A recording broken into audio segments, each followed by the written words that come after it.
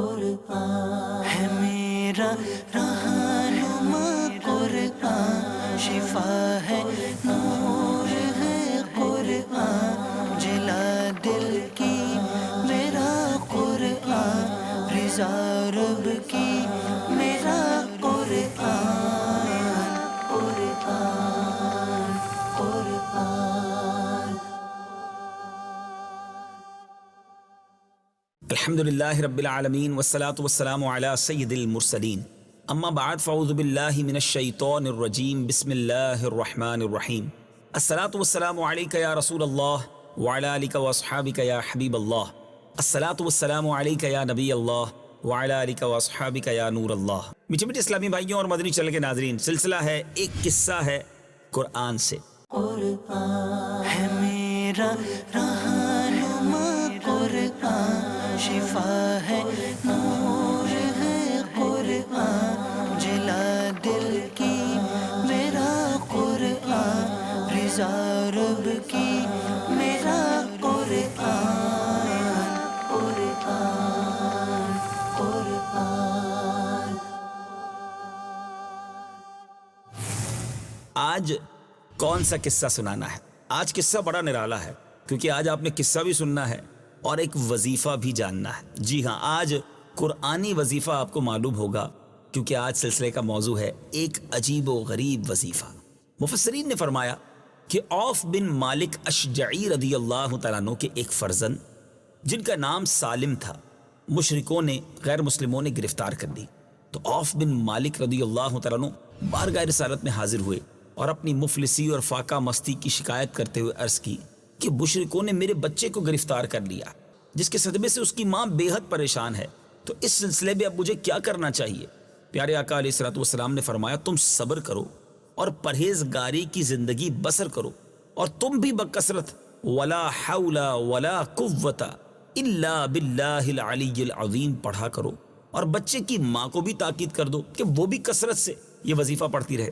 یہ سن کر عوف بن مالک اپنے گھر چلے گئے اور اپنی بیوی کو بھی وظیفہ بتا دیا۔ دونوں میاں بیوی اس وظیفے کو کثرت سے پڑھنے لگے۔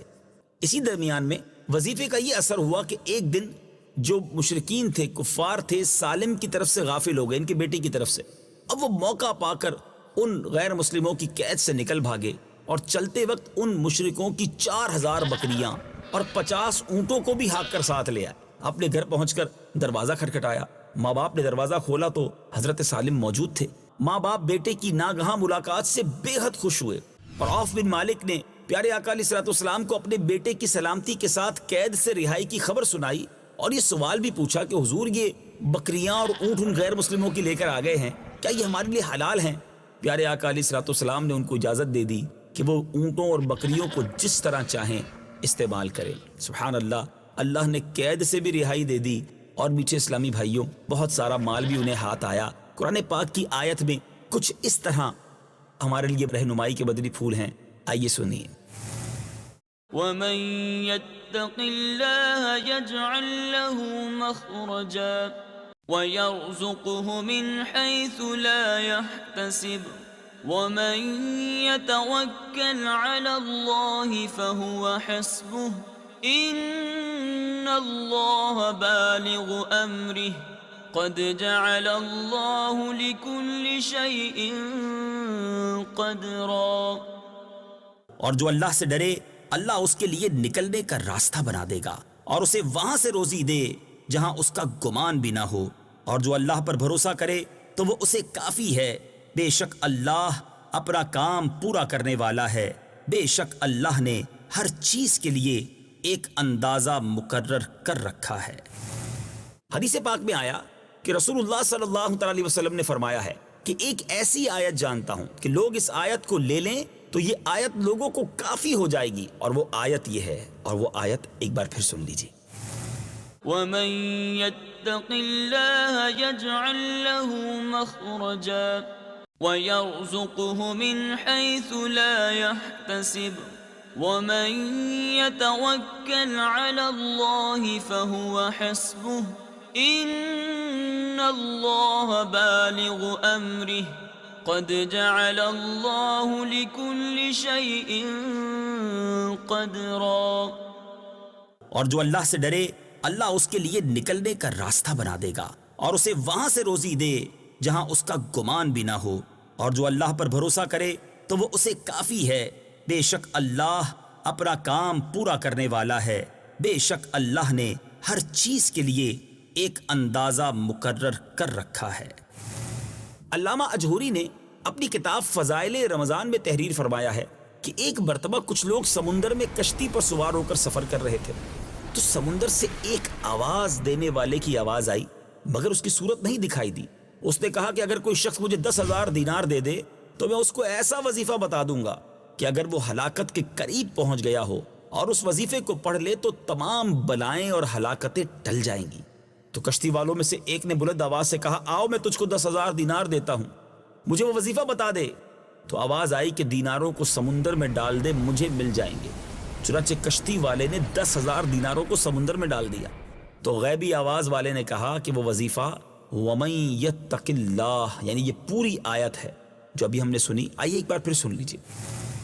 ومن يتق الله يجعل له مخرجا ويرزقه من حيث لا يحتسب ومن يتوكل على الله فهو حسبه إن الله بالغ أمره قد جعل الله لكل شيء قدرا۔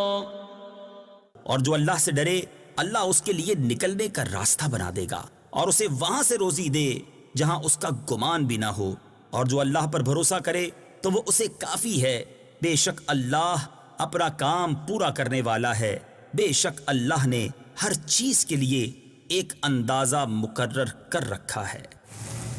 اور فرمایا کہ جب تم پر کوئی مصیبت پڑے تو یہ پڑھ لیا کرو۔ یہ سن کر کشتی کے سب سواروں نے اس کا مذاق اڑایا اور کہا، تو نے 10,000 دیناروں کی کثیر دولت ضائع کر دی۔ تو اس نے جواب دیا کہ ہرگز ہرگز میں نے اپنی دولت کو ضائع نہیں کیا، اور مجھے اس میں کوئی شبہ نہیں ہے کہ یہ قرآن شریف کی آیت ضرور نفع بخش ہوگی۔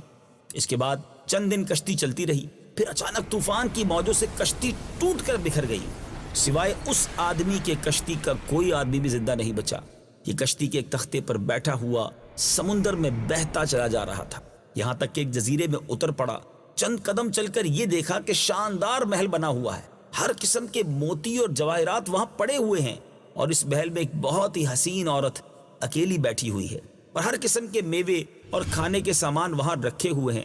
اس عورت نے اس سے پوچھا کہ تم کون ہو اور یہاں کیسے پہنچ گئے؟ تو اس نے عورت سے پوچھا کہ تم کون ہو اور یہاں کیا کر رہی ہو؟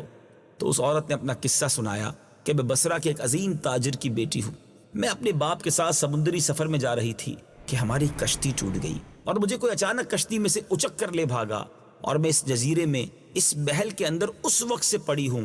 ایک شیطان ہے جو مجھے اس محل میں لے آیا ہے، وہ ہر 7ویں دن یہاں آتا ہے اور میرے ساتھ قربت کرتا ہے، اور آج اس کے یہاں آنے کا دن ہے، لہٰذا تم اپنی جان بچا کر یہاں سے بھاگ جاؤ، ورنہ وہ آ کر تم پر حملہ کر دے گا۔